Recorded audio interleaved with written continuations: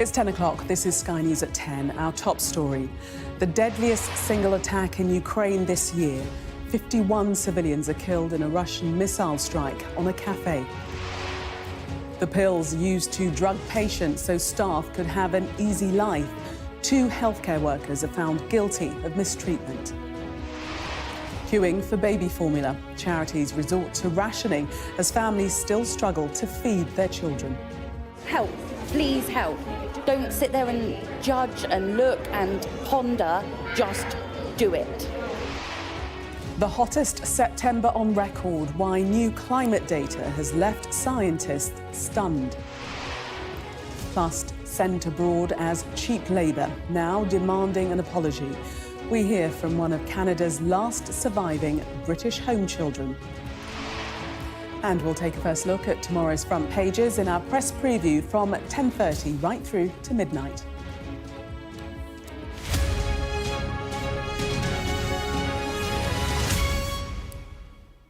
Good evening. A completely deliberate act of terrorism. That's how the Ukrainian president today described the deadliest attack on civilians in the war this year. 51 people, some of them children, were killed in a Russian missile strike, many as they ate in a cafe or shopped in a supermarket. And while rescue workers raked through the rubble, Volodymyr Zelenskyy was pleading with European leaders not to withdraw their support. Well, the missiles fell on the small village of Hroza, southeast of Kharkiv, where 3 days of mourning have now been declared. Sky's Diana Magne reports. The damage is apocalyptic, as so many moments in this conflict have been. The aftermath of what Ukraine says was a Russian strike on the village of Hroza, southeast of Kharkiv. This video is blurred because there are so many dead. More than 50 people in a village of just 300, gathered together at lunchtime for a meal after a funeral wake. The missile hitting a grocery store and the cafe next door where they'd gathered. Emergency workers shattered.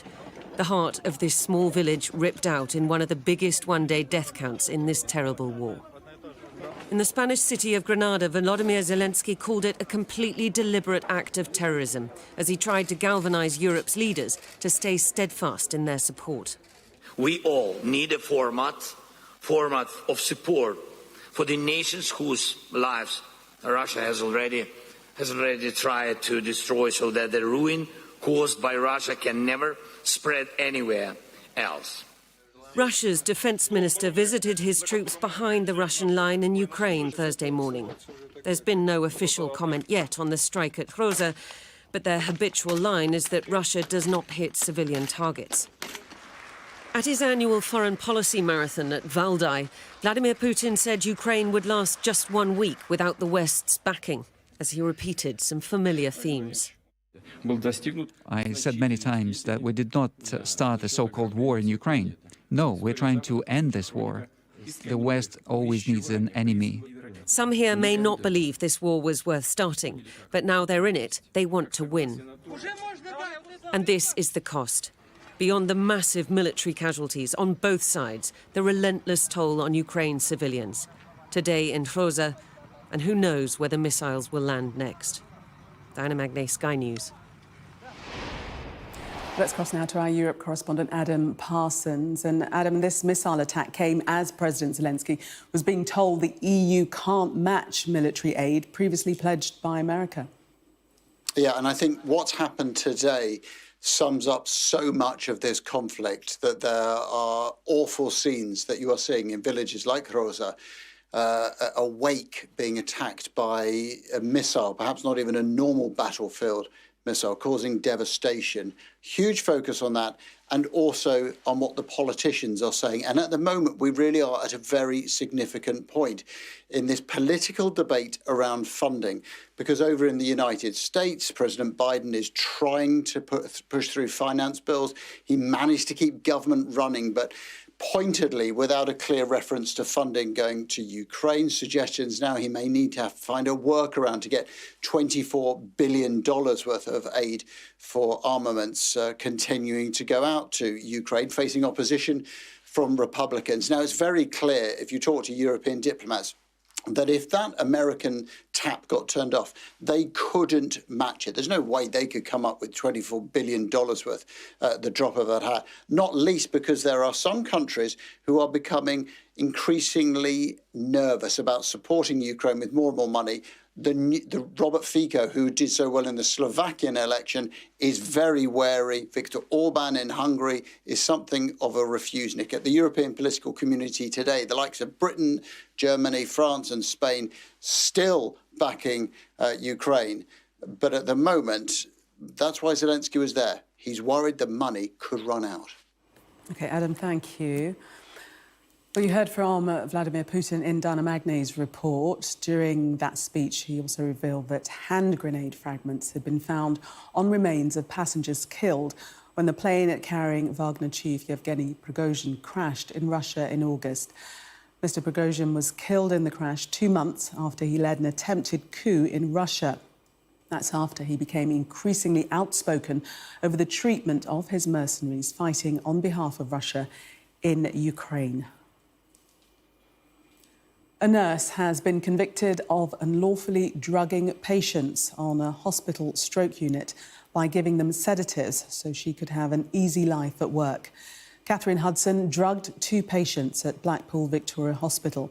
A court heard she boasted of sedating one patient to within an inch of her life, as Katerina Vitozzi reports.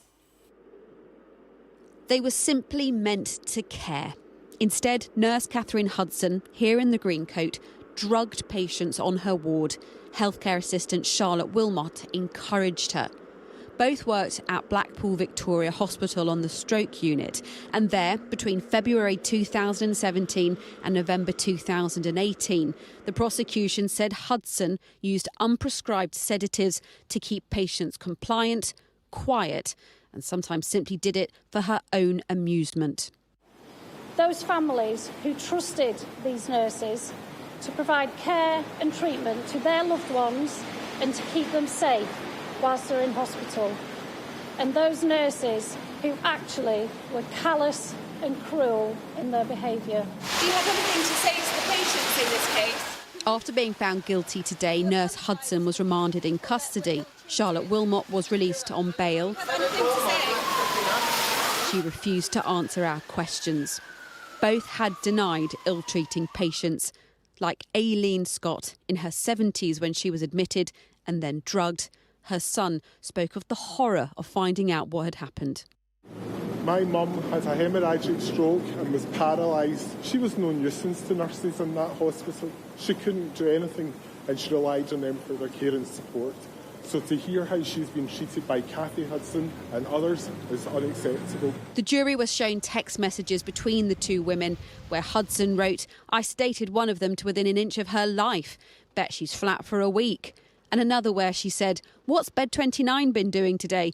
Not an effing lot, I bet, seeing as I sedated her on Saturday and Sunday." Charlotte Wilmot replies, "Yeah, I knew it. Everything you gave her has started working today. Made a nice day, though. It ain't been bad." The court also heard details of a recording obtained by police in which Catherine Hudson talks about a conspiracy of silence on the stroke ward. She said there was a hidden inside secret in which everyone stuck together, whatever happened. She said these were secrets that people would normally take with them to the grave. The pair were only stopped when a student nurse saw what was happening and reported it. And today, the chief executive of Blackpool Teaching Hospitals NHS Trust said this: "It is very clear from the evidence heard by the jury that inappropriate and unacceptable conduct and practices were taking place at the time. And I want to say sorry to patients, families and other colleagues who were impacted by that." A review of drug management at the hospital found hundreds of sleeping tablets had been taken from the pharmacy that were never given to patients. Stolen medication used in end-of-life care had even been found at Catherine Hudson's home. Both women will be sentenced in December. Katerina Vitozzi, Sky News in Preston. Just want to bring you some breaking news coming in from the Metropolitan Police, and that is that 5 people have been charged with aggravated trespass after Just Stop Oil protesters disrupted a performance of Les Miserables in London's West End last night. Several activists invaded the stage at the Sondheim Theatre during Do You Hear the People Sing, locking themselves onto the stage with flexible bicycle locks. Well, footage showed Just Stop All members explaining why they took the action, wearing T-shirts saying the show can't go on. Now to the largely hidden side effect of the cost of living crisis. Back in May, Sky News revealed that struggling families had resorted to stealing baby formula milk. 5 months later, our national correspondent visited a church baby bank, where as hundreds of parents wait outside, the volunteers pray for more formula milk to be donated. Here's Tom Parmenter. I'm thinking we might be quite busy this week. If you can, leave your prams and pushchairs upstairs, it makes it quicker. Welcome to Grow Baby. We pray for the formula, for the wipes, for the size of nappies that we're short on. God made us come in today so we can give it out. Amen. Amen. At this church in Swindon, they pray for formula milk because they know there isn't enough for everyone in the queue. The fairest thing to do now is to ration it. When that table behind you empties out, what are you thinking? I'm thinking, great, what will I say to the next family that comes in desperately in need of formula? And I have to say, I'm so sorry, we've just run out. What happens to them then? And that's every week, that conversation? That's every week, yeah. It's like She's 4 months, nearly 5 months now. Ivy's mum, Kayla, can't quite believe she's at the church baby bank.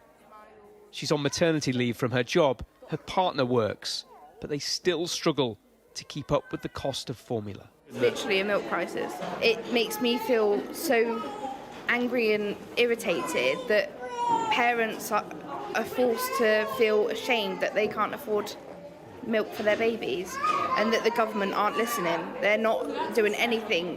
What would you say to someone who is in a position to make a difference with this? Help. Please help. Don't sit there and judge and look and ponder. Just do it. It's as simple as that. In Scotland, they are examining whether struggling families can be given extra cash to help out. The Westminster government says it is providing significant support and cutting inflation. But that's not enough if your baby is going hungry. I think this is a terrible story about real concern in the middle of a cost of living crisis, and that is the single most pressing issue of our time. We do cover Newcastle, but by far our biggest areas are Gateshead and Sunderland and South Tyneside. In the northeast of England, we were invited to join the first meeting of a new movement, the Baby Bank Alliance. These people aren't a number. These are families, these are children. Their aim is to bring together 300 baby banks across the nation. All of them need help. I mean, we're talking about things that every child should just have a standard. There's this vast need in the UK, but it's just always under the radar. It feels quite fragile, the whole safety net that you all provide. Yeah, it is. One of the things I'm hoping to get from this is taking it further, taking it to the policymakers, the decision makers, because when the prevention happens, you'll see a change in the community in terms of the response that's needed. They know what's at stake, the health and development of a new generation that is once again relying on rations. Tom Parmenter, Sky News. Absolutely gobsmackingly bananas. Not the usual measured language you'd expect from a scientist, but used nevertheless after new data confirmed that last month was the hottest September on record by a huge margin. The findings are based on billions of measurements from satellites, ships, aircraft and weather stations around the world. But climate change isn't solely to blame, as our science editor Tom Clark explains.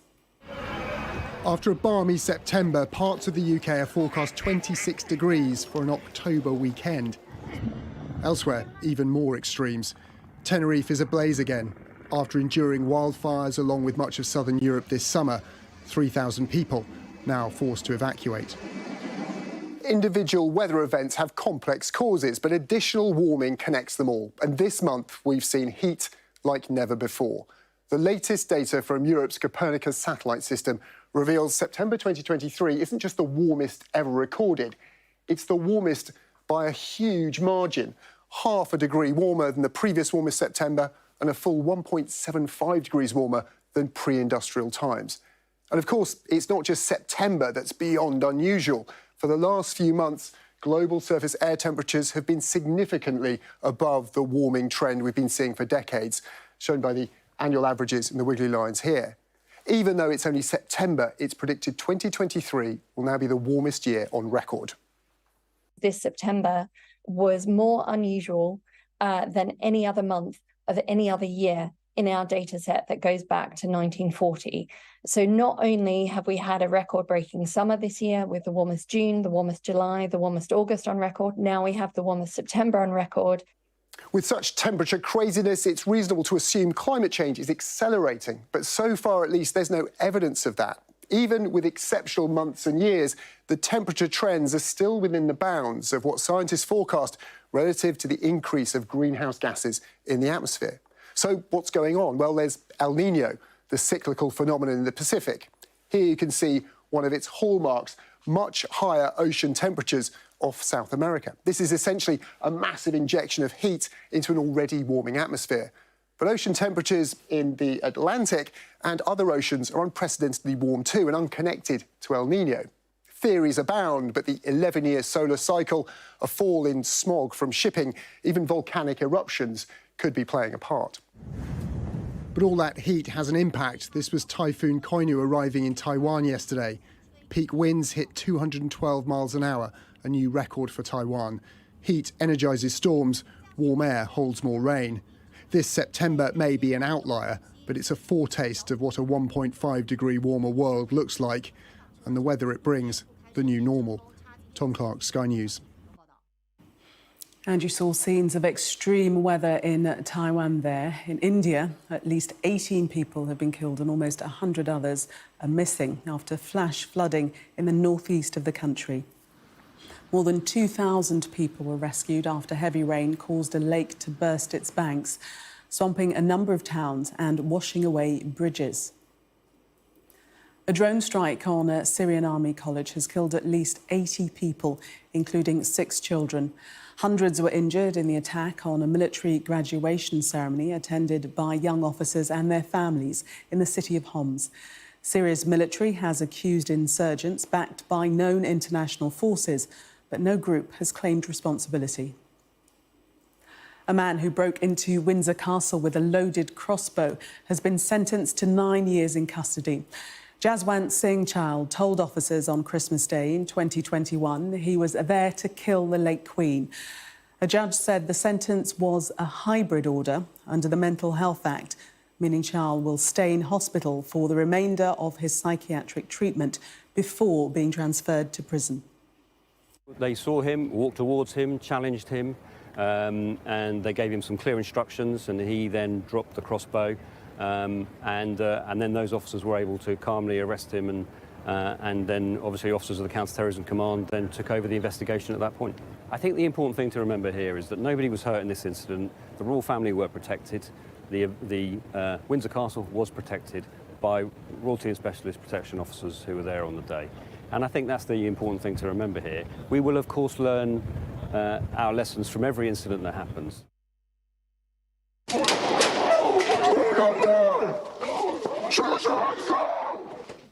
Jurors at Bristol Crown Court have been shown footage of the moment a man threatened officers with a gun minutes after shooting himself in the head.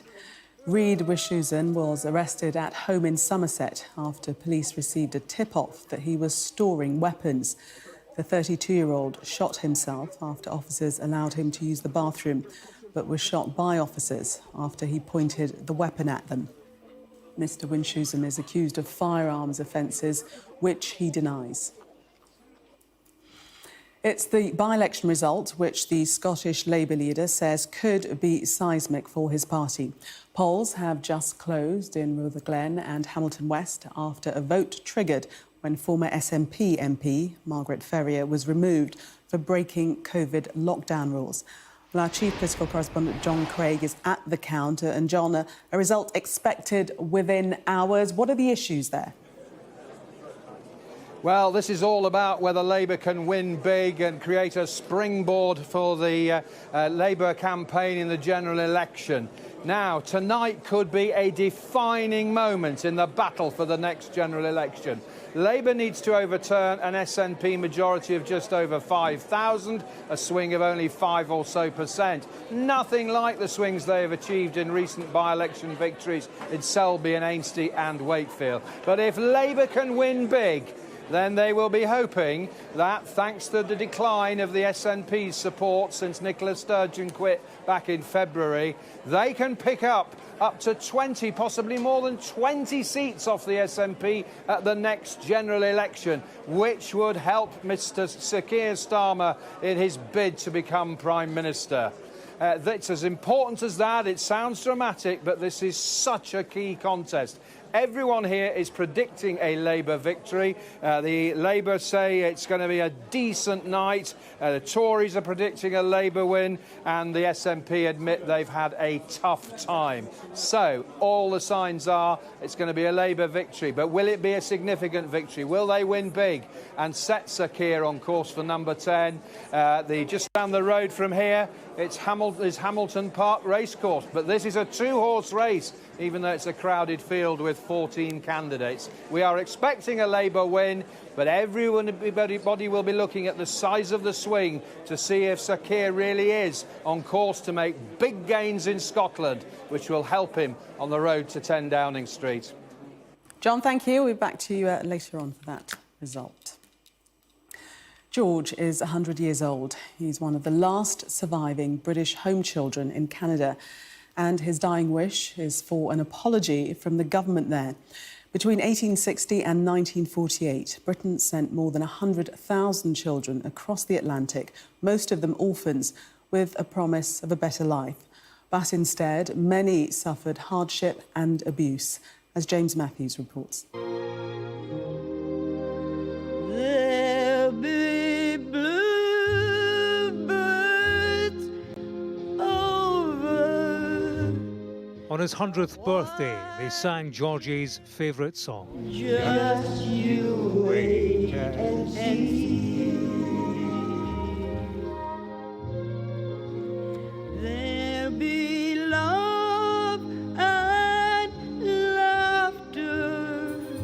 George Beardshaw is one of Canada's last surviving British home children, youngsters from orphan institutions who were shipped from the UK as cheap labour. Their story casts a shadow to this day. I know a lot of people thought we were the scum of the earth. Britain was sending over some of the scum, from off the streets of London, This was George when he sailed to Canada in 1938. He was among more than 100,000 British home children sent to work typically on farms and as domestic servants. They were routinely overworked, and many were abused. Some were pitchforks through them. Some slept in the barn with the cattle. I know all that stuff, In the corner of a Toronto cemetery stands a memorial to British home children whose remains were found in unmarked graves. Laurie Olszewski is founder of the charity Home Children Canada. They knew what was going on with the kids. They knew about the horrific treatment. She wants the country to apologise for its treatment of British child migrants, following the example of the UK and Australia. It's recognition that what was done to these children was wrong. Charles and Camilla. George Beardshaw has received birthday wishes from a British King and Queen. Mr. Trudeau. And Justin Trudeau, Canadian Prime Minister. Some of the home children would say that Justin Trudeau should be making an apology to the home children. What do you think? Oh, yes, maybe, yes, yeah. Oh, I think so, yeah. Canada's Parliament has passed a motion of apology, but none has been forthcoming from the government itself. In a statement to Sky News, it said it regretted the children's suffering and abuse, but the statement contained no apology. Mr. Trudeau, does your government owe an apology to the British home children? Great to see you, Does your government owe them an apology? No. Happy birthday to you. If sorry is the hardest word, it comes with a hard reality. Those who've waited longest for it can't wait forever. James Matthews, Sky News, in London, Ontario.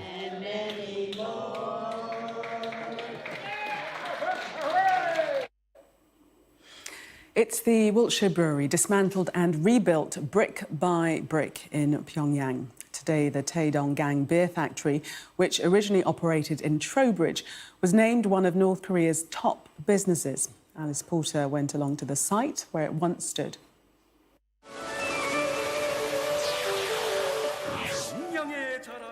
It's the biggest beer in the world's most secretive state. North Korea considers the Taedong-gang beer one of its top 10 companies. But it originated more than 5,000 miles away in the West Country town of Trowbridge. Usher's was a landmark brewery in the area, but when it fell on hard times, an unusual offer was made to buy the company for £1.5 million. So these are some of the artefacts from our sort of Usher's collection that we've got on display. It really is the oddest story, and Usher's was closing down in 2000, and at that time North Korea was looking to build its or open its first brewery, and the two events coincided. Once the North Korean government had purchased Usher's brewery, they dismantled the property and shipped it piece by piece to Pyongyang for it to be rebuilt. And North Koreans came here to Trowbridge to learn exactly how to make Usher's beer. But the brewery was 12 acres in size with enormous equipment. Getting it to North Korea was a challenge. The fermenters were so big that you had to take down lamp posts and things like that to get them around the corners. It was quite an impressive do. For the last 21 years, the newly named Taedong-gang beer factory has been a bastion of brewing. Built under Kim Jong-il, his son has become an enthusiastic supporter. Simon Cockrell leads tours to North Korea, including to the famous brewery. This is a fairly standard thing to do. If you were to, do a deep dive into North Korean factories and plants, you'd probably find almost all of them were made up of components imported. North Korean propaganda makes no mention of the origins of their famous beer. But it's clear that this Wiltshire brewery has a surprisingly international legacy. Alice Porter, Sky News. Well, that was Sky News at 10. Coming up, we'll take a first look at tomorrow's newspapers in the press preview. Tonight, we're joined by the CEO of Total Politics Group, Mark Wallace, and New Statesman's Associate Political Editor, Rachel Cunliffe. Welcome to you both. Now, amongst the stories we'll be discussing, this story on the front of the Financial Times, their headline, Russian attack, 50 killed in strike on a cafe. We'll be right back with more on that story and others. Do stay with us.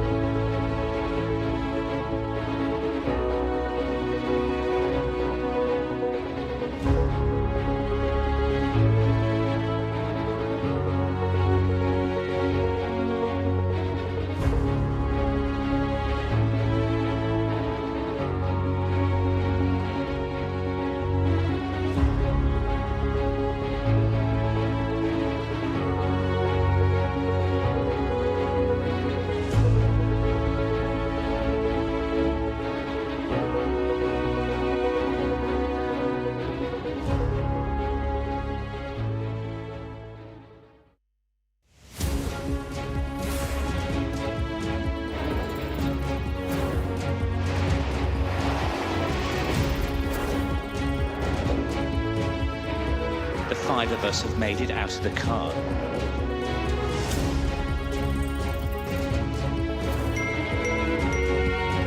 Welcome to Backstage, the film and TV podcast.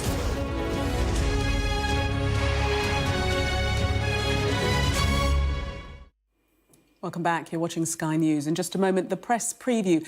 A first look at what's on the front pages as they arrive. But first, our top stories. At least 51 civilians reported dead in Ukraine in a Russian attack as President Putin denies starting the war. A Blackpool nurse and a health worker have been convicted of illegally sedating 2 patients to keep them quiet. Baby banks across the country have warned of surging levels of demand for formula milk amid fresh concerns over shortages.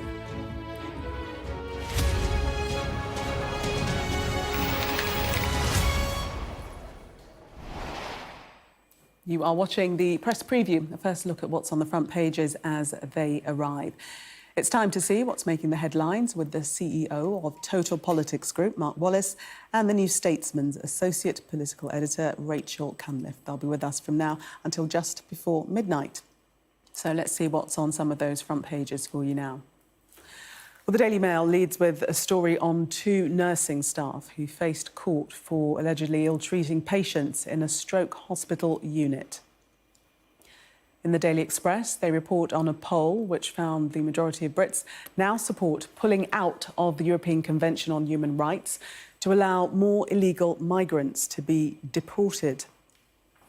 Scientists stunned by planet's record September heat. That's what's on the front page of The Guardian. While The Eye reports that the new HS2 plan is already in doubt just 24 hours after Rishi Sunak's speech.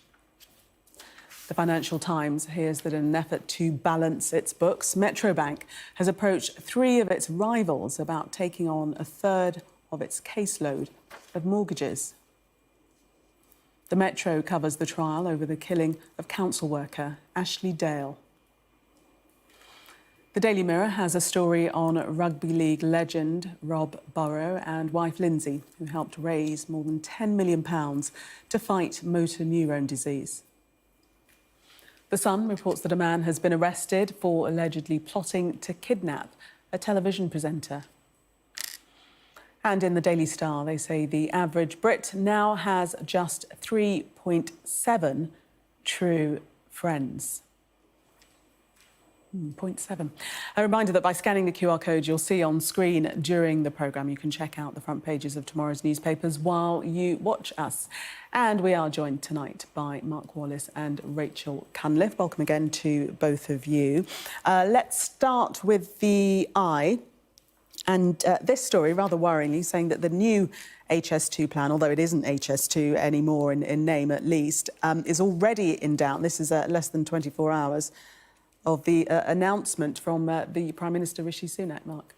Yes, not the kind of headline Downing Street would have been looking forward to reading tonight or tomorrow.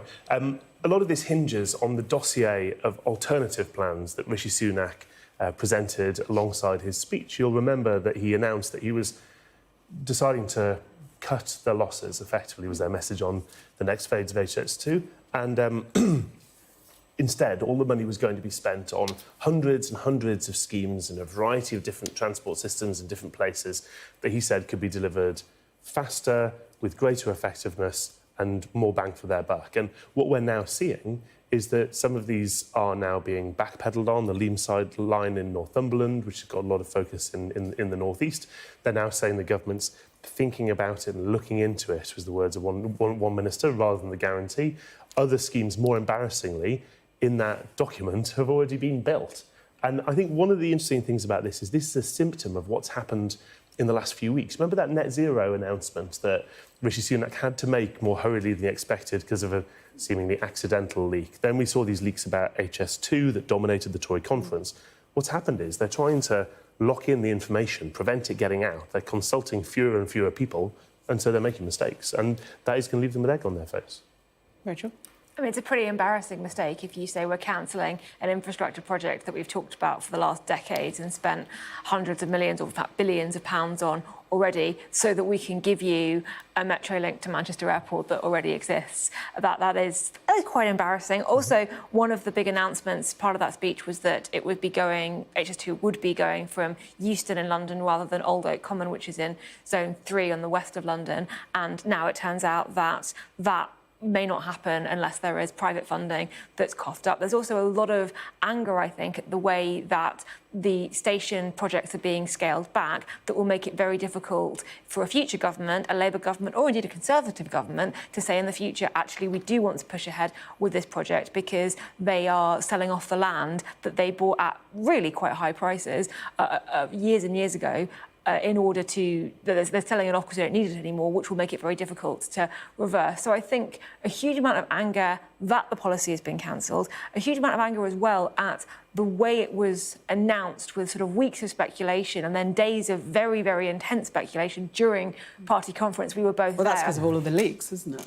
It is because of the leaks, but it also, you know, there was an opportunity to get out ahead of it and for the Prime Minister to announce what he was going to do. And instead, he sort of continued with this fiction that no decisions had been made. We haven't made any decisions. It was very obvious that they had made the decision before conference. They just didn't want to announce it until the moment of that speech. And so they're now left looking rather stupid, and they have upset a large number of people within their own party. The Mayor of Birmingham, the Conservative Mayor of Birmingham, Andy Street, and Conservative Northern MPs. I was chatting to a Conservative MP who sits on the the Transport Select Committee the day beforehand, who went, we don't know anything, we haven't been consulted on anything, it's an absolute shambles. So I think the way it has been handled isn't the way that I would have planned my first party conference as party leader, shall we say. That's assuming it was all planned. I mean, what do you think about the optics in the first place of even having it in Manchester? I mean, would that decision have been taken before the decision about HS2, do you think? Well, this is part of, having the conference in Manchester, they agree that on, I think, a 6 or 8 year schedule. You sign the conference at the venues because essentially you're competing with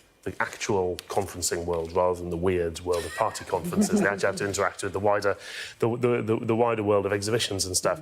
You know, were I doing this, I think you would have your HS2 announcement 3 weeks ago and your net zero announcement in the Prime Minister's speech. But that's part of what I was saying. So they didn't get to do all this on their own agenda. What's going to be really interesting is, I think there is a case to say, you know what, HS2 has run wildly over budget, extortionately over budget, that it is possible to throw good money after bad. But that can only work if you can land and then deliver these alternative schemes. Ben Houchen, for example, the Mayor of Teesside, a big success story for the Tories in recent years in that area, and there's going to be a big focus there at the next election, out on all of his social platforms saying this means HS2 wasn't coming to the North East, and it means Teesside's going to be £1 billion better off in transport infrastructure. If they can deliver that, there are votes out there to persuade, but if they keep putting their foot in it, that'll distract. And what's interesting, the eye mentioning that Sir Keir Starmer, and will he make the announcement that he would save HS2, that remains to be seen. But in The Guardian, they're talking about him taking lessons from Labour's 97 win, that he perhaps isn't being bold enough. I want to say one thing on Keir Starmer and HS2, which is that it's very difficult, and I think the Conservatives know this, it's very difficult for him to say Labour would reverse this decision if they're in power, because the next election, we don't know when it's going to be, it could be in a year's time. If in that time all the land has been sold off, you can't commit to a project that has been, the earth has been salted by the previous administration. And I think there will have been an intention to put Labour in a slightly awkward position there, because that's what parties do. But this piece in The Guardian, the architects of the 1997 victory, we've got Alistair Campbell quoted, we've got Peter Mandelson, who are saying that Starmer has learnt the wrong lessons and is being too cautious. And if he doesn't sort of get out there and say what he believes or say what his vision for the country is, then voters won't trust him with their votes, and the victory that we're all assuming is going to happen might not materialise in quite that way. And there's a really interesting line from Alistair Campbell, Blair's former spin doctor. He says, we wanted to be attacked. We wanted to get our policies out there and be attacked, because sometimes being attacked is the only way that you can get out there and make your case. And I think that's really interesting, because so much of Labour's strategy so far. Maybe we'll see something different in Liverpool this weekend. But so much of the strategy so far has been, let's not make any mistakes, let's not put our heads above the parapet. We don't want to give our opposition ammunition to attack us. So they haven't really announced anything at all. And actually, the Conservatives have been following this advice, Rishi Sunak in recent weeks, by making very bold policy changes on net zero, on HS2, and he has been attacked for it. And the Conservatives have faced a lot of criticism for that.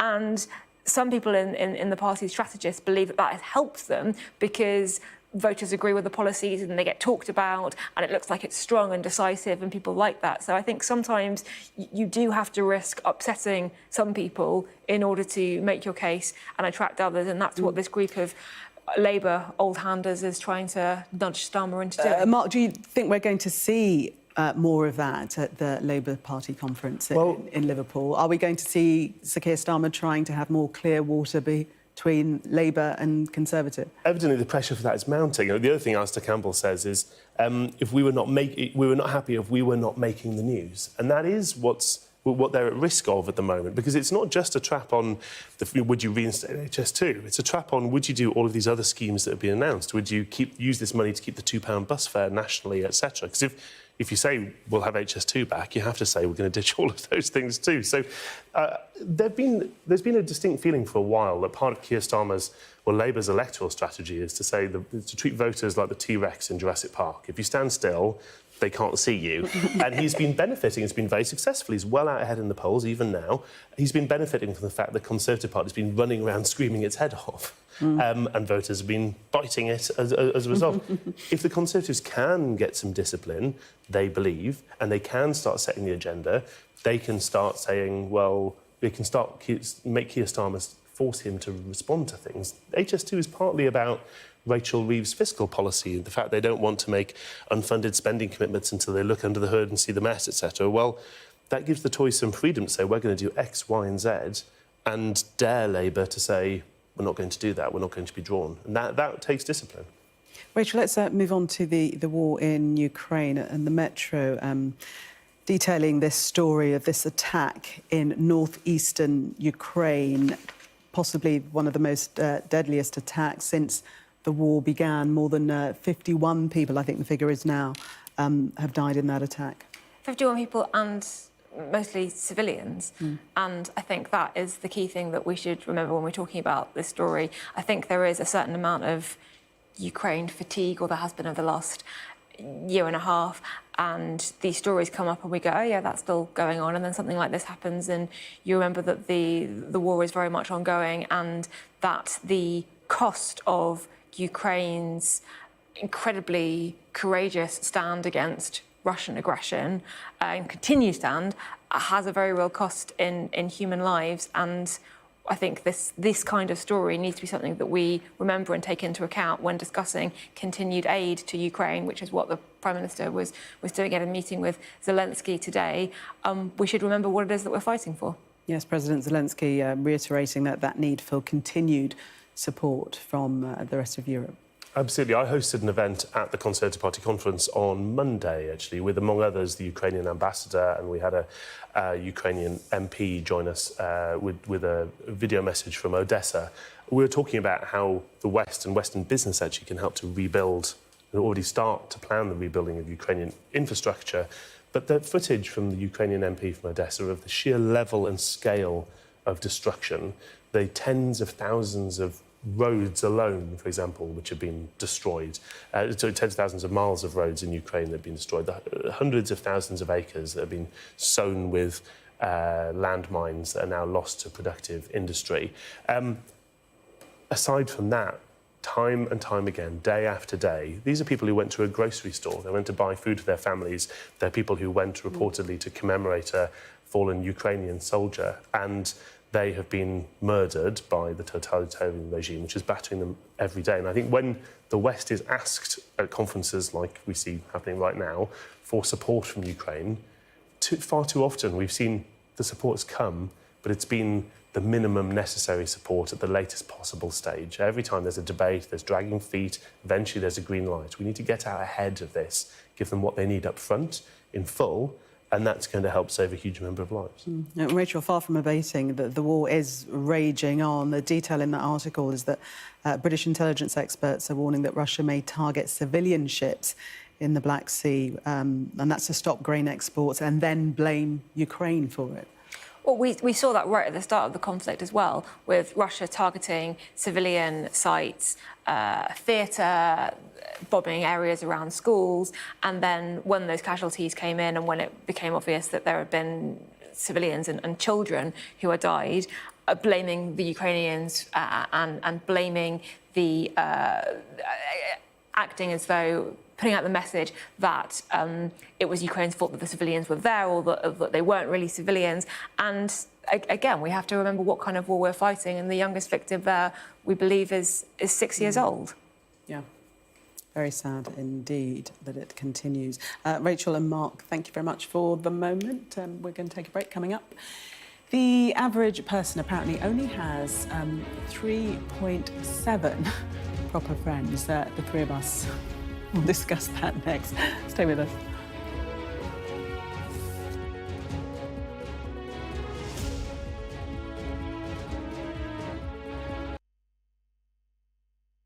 Extremely successful journey, especially for the kids. And I couldn't be more proud of them. That's why in this series, I think it's real interesting to watch that progression and kind of how this all happened and where they're at today. I don't have any regrets with my family. Why? Because they know how to handle it. They've been doing this since the beginning, I mean, for a long time. And they've had the highs, they've had the lows. They've learned a lot. They know more than I do. I mean, they're out there all the time. They're very sharp. So, and because of that, they've built tremendous businesses. They did rather well, didn't they? Because one's a supermodel and now one's a billionaire. So you must be extremely proud of your girl. Well, I got 2 billionaires right now, and I think the third one's probably on the way. On their way, 3 billionaires. Yes, they're creeping in. I can't tell you which one, but yeah. Trans women should not be competing in women's sports, bottom line. If you'd have transitioned when you were at the height of your career, what would you have done, do you think? I never would have done that. I wouldn't, no, I never would have. You got to I realize that if you're going through a transition, you're going through that. There's some things you can do and some things you can't do, okay? You can't say, I am not this trans person that goes, I am a woman and, you know, everybody else just quiet down, you know, and you better use the right pronouns. And I am not that, okay? I'm not even close to that, okay?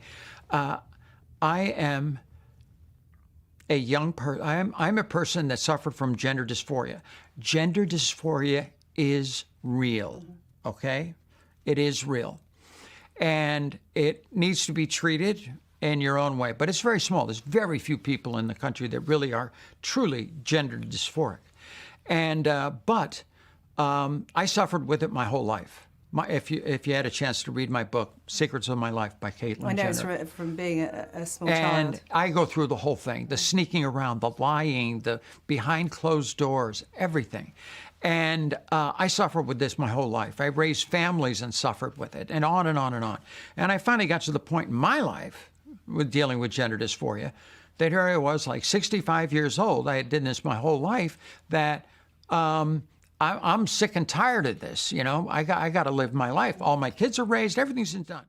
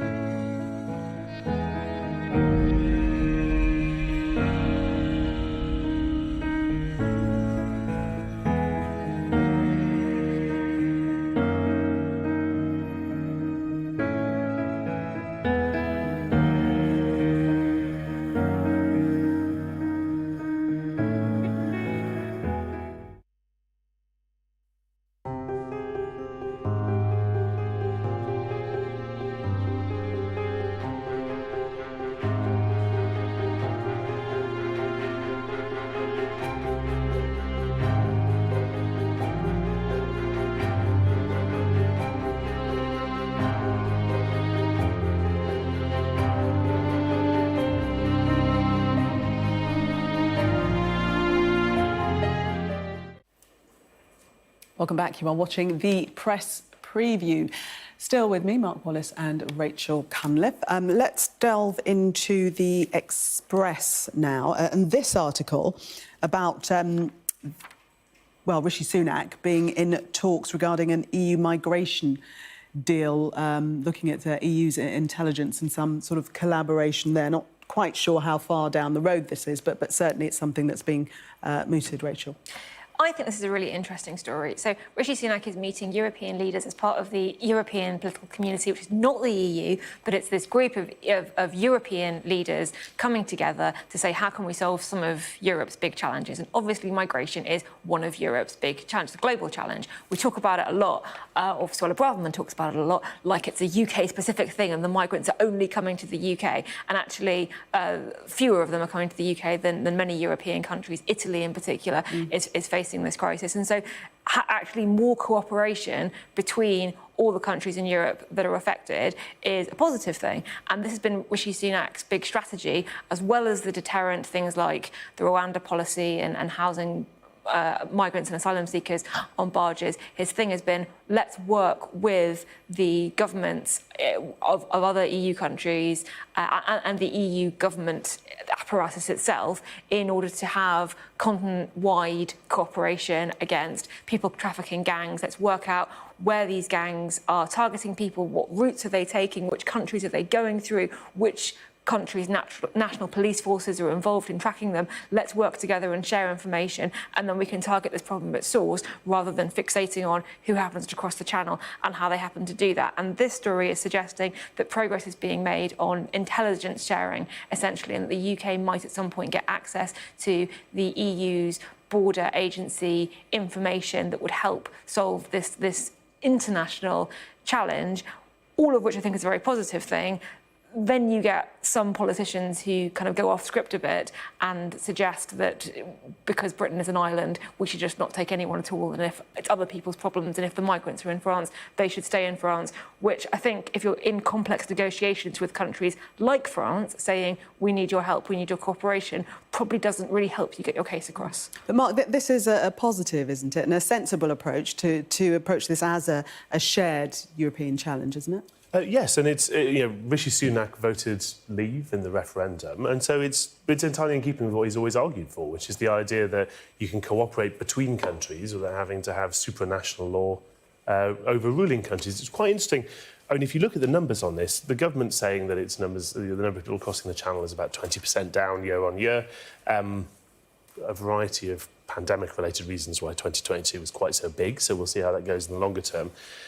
Italy has 100,000 people arriving, by contrast. And one of the things I think that does put in context is in this country, yes, some people talk about it like it's a UK-only problem, but some people also talk about it like concern about it is a UK-only thing, that this is some kind of unique jingoism to the United Kingdom, or it's unique political pressure in Britain being obsessed with this issue. This is a huge, huge growing issue across the European Union, across non-EU states in Europe as well. And whether it's Italy or others, there's a lot of concern about this. And that's why I think sometimes people get a bit carried away in the UK of thinking British politicians are talking about it as some kind of bait-and-switch radicalising trick. It's a big concern to people in lots of places for a very good reason. We've got about a minute to talk about the fact, this is a story in the Daily Star, that most of us only have 3.7 proper friends, Rachel. Well, this Explain. is all about how you define averages. So the average Brit apparently now has just 3.7 true friends, but then it also points out that, and this is very sad, 1 in 10 people has no friends at all. So if you're watching this thinking, I have lots of friends, you are sort of bringing the average up, and there are people, a large number of people, who are bringing the average significantly down. And we've talked a lot, particularly after the pandemic, about loneliness and lack of sort of community support. I thought this was going to be a funny story, if anything, but it's quite depressing. It's a really depressing story. If anything, they're friend hogs. I'll leave you two talking. I'll leave you as friends. Let's take a look at the weather.